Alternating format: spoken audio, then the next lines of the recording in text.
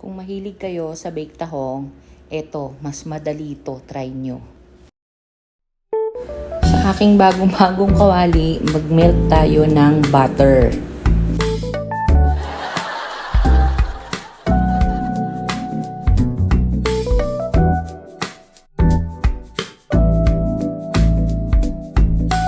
Then, maglagay na tayo ng madaming bawang.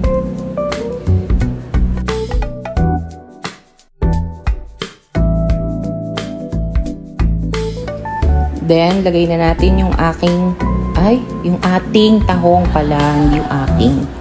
Yung binatang kong tahong kanina pa.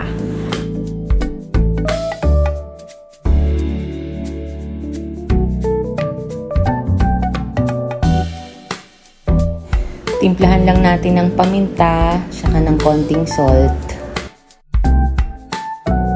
Tapos, itap natin ng cheese slice. Tapos, takpan. Yon, nagmelt na yung cheese. Pwede na to. And syempre, ang exciting part, ang tikiman time. Thank you. Kain na kayo. Happy lunch!